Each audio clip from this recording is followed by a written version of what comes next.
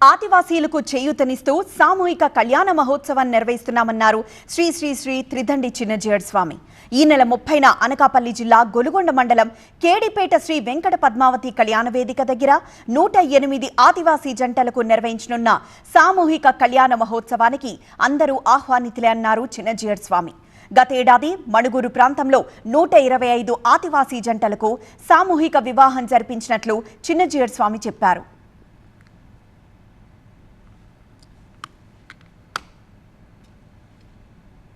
ఈ ఏడాది మన కృష్ణదేవపేట అనకాపల్లికి పక్కన ఉండేటటువంటి ఒక ప్రాంతంలో 108 మంది దంపతులకి 108 మంది ఆదివాసీయులకి దంపతులుగా కాగలిగేటువంటి అవకాశాన్ని కలిగిస్తూ వాళ్ళకి సామూహిక వివాహాలను జరిపిస్తూ చక్కటి బంగారు మంగళసూత్రాలని వాళ్ళకి అందజేసి వాళ్ళకి ధర్మం మీద దైవం మీద శ్రద్ధ కలిగి ఉండేటట్టుగా చేస్తోంది.